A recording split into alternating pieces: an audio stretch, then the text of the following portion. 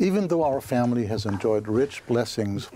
que notre famille ait reçu de grandes bénédictions en avançant avec joie sur le chemin des alliances, nous avons aussi fait face à de très hautes montagnes. J'aimerais vous raconter quelques expériences très personnelles concernant la santé mentale. Ces expériences ont trait à la dépression, l'anxiété, aux troubles bipolaires et au TDAH.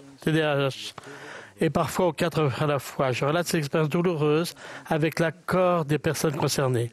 Au cours de mon ministère, j'ai rencontré des centaines de personnes de familles ayant vécu des expériences similaires. Je me demande parfois si la maladie dévastatrice qui couvrira le pays, mentionnée dans les Écritures, ne concerne pas également les maladies mentales. Elle touche des personnes dans le monde entier, sur chaque continent, dans chaque culture, frappant sans exception, jeunes et moins jeunes, riches et pauvres. Les membres de l'Église ne sont pas épargnés. En même temps, notre doctrine nous apprend à tout faire pour devenir comme Jésus-Christ, être rendu parfait en lui. Nos enfants chantent « Jésus-Christ est mon modèle ». Nous désirons être parfaits comme le sont notre Père céleste et Jésus-Christ. La maladie mentale pouvant interférer avec notre perception de la perfection reste trop souvent tabou. En conséquence, nombreuses sont les personnes qui demeurent dans l'ignorance et le désespoir et souffrent en silence. Nombreuses sont les personnes qui se sentent écrasées parce qu'elles ne répondent pas à des critères arbitraires et croient à tort qu'elles n'ont pas leur place dans l'Église. Pour lutter contre une telle illusion, il est important de se souvenir que le Sauveur aime tous les enfants de son Père, comprend pleinement la douleur et la lutte que de nombreuses personnes vivent face à une grande variété de difficultés mentales. Il a subi des souffrances et des afflictions et des tentations de toute espèce, pris sur lui les souffrances et les maladies de son peuple. Parce qu'il comprend toutes les afflictions, il sait comment guérir les personnes qui ont le cœur brisé. Les difficultés indiquent souvent le besoin d'avoir recours à des outils, un soutien supplémentaire, et ne constituent pas un défaut de caractère. Voici ce que j'ai pu observer au cours des épreuves que ma famille a traversées.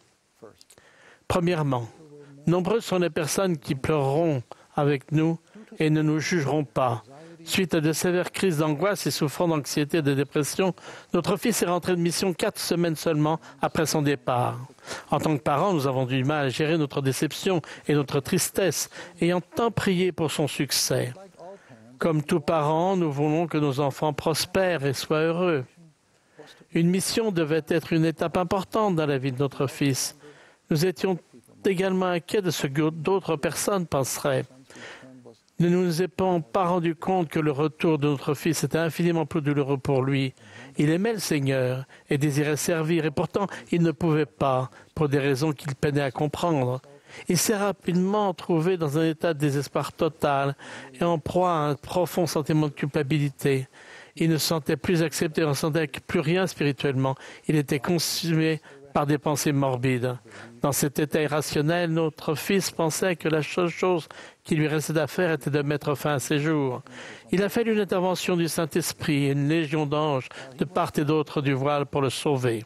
Alors qu'il luttait pour guérir et durant cette période d'extrême difficulté, notre famille, les dirigeants, les membres de notre paroisse, nos amis ont fait tout ce qu'ils ont pu pour nous soutenir et nous aider. Je n'avais jamais ressenti un tel déversement d'amour. Je n'avais jamais compris avec autant de force et de façon si intime ce que signifie consoler les personnes qui ont besoin de consolation. Notre famille sera éternellement reconnaissante pour ce déversement d'amour. Je ne peux vous décrire les innombrables miracles qui ont accompagné ces événements. Heureusement, notre fils a survécu, mais il a fallu beaucoup de temps et de soins médicaux, thérapeutiques et spirituels pour qu'il guérisse et accepte de se sentir aimé et important. Je sais que ce type d'épreuve ne se termine pas toujours ainsi. Je pleure avec les personnes qui ont perdu des êtres chers bien trop tôt et demeurent dans le deuil avec des questions sans réponse. Ma deuxième observation est qu'il peut être difficile pour des parents d'identifier les difficultés de leurs enfants, mais nous devons apprendre. Comment pouvons-nous connaître la différence entre les difficultés liées à un développement normal et les signes d'une maladie? En tant que parents, nous avons le devoir sacré d'aider nos enfants à affronter les difficultés de la vie. Cependant, peu d'entre nous sont des spécialistes de la santé mentale. Nous devons néanmoins prendre soin de nos enfants en leur apprenant à se satisfaire des efforts sincères qu'ils effectuent pour tenter d'atteindre des objectifs appropriés. Nous savons tous par nos échecs personnels que la croissance spirituelle est un processus continu. Nous savons aujourd'hui qu'il n'existe pas de remède universel et simple qui procure le bien-être émotionnel et mental. Nous connaîtrons des situations de stress et de troubles parce que nous vivons dans un monde déchu avec un corps déchu. En outre, de nombreux facteurs peuvent amener à une maladie mentale. Quel que soit notre bien-être mental et émotionnel, il est plus sain de nous concentrer sur le fait de progresser que de faire une fixation sur nos défauts. Pour ma femme et moi, ce qui nous a toujours aidés, c'est de rester aussi proche du Seigneur que possible. Avec le recul, nous voyons que le Seigneur nous a patiemment guidés à travers des périodes de grande incertitude. Sa lumière nous a guidés pas à pas dans les moments les plus sombres. Il nous a aidés à voir que la valeur d'une âme est bien plus importante dans le plan éternel que n'importe quelle tâche ou réussite sur terre. Encore une fois, nous informer au sujet des maladies mentales nous prépare à aider les personnes en difficulté et nous-mêmes. Des discussions honnêtes et ouvertes entre nous nous permettront de donner à ce sujet l'attention qu'il mérite. Après tout, l'information précède l'inspiration et la révélation. Ces difficultés trop souvent invisibles peuvent toucher n'importe qui, et lorsque nous leur faisons face, elles peuvent nous paraître insurmontables. L'une des premières choses que nous devons apprendre est que nous ne sommes pas seuls.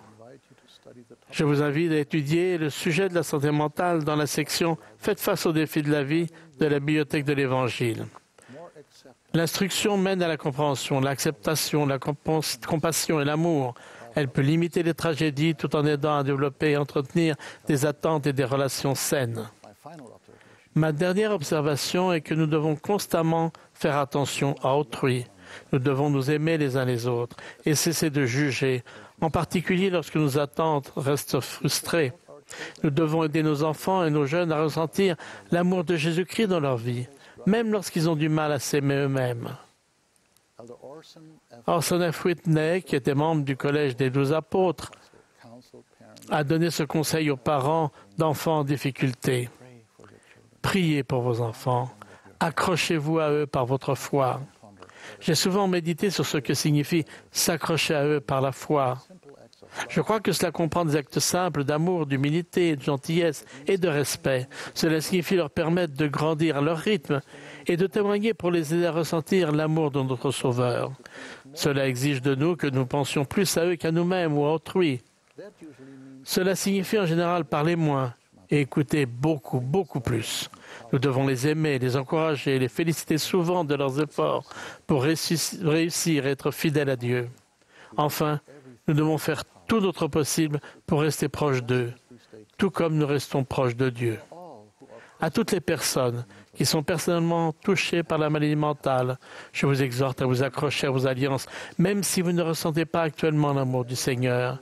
Faites tout ce qui est en votre pouvoir, puis tenez-vous là pour voir le salut de Dieu et voir son bras se révéler. Je témoigne que Jésus-Christ est notre Sauveur. Il nous connaît, il nous aime et restera à nos côtés. À travers les épreuves de notre famille, j'ai appris à quel point il est proche. Ses promesses sont sûres. Je suis ton Sauveur, ton suprême secours. Je suis avec toi pour te guider toujours. Devant l'adversaire, je te rendrai fort. Je veux, dans l'épreuve, bénir ton effort. Sachant que nos fondements sont fermes, déclarons toujours avec joie.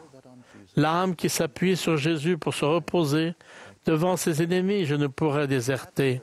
Cette âme que l'enfer s'évertue à secouer, jamais, oh non jamais, je ne l'abandonnerai. Au nom de Jésus-Christ, Amen.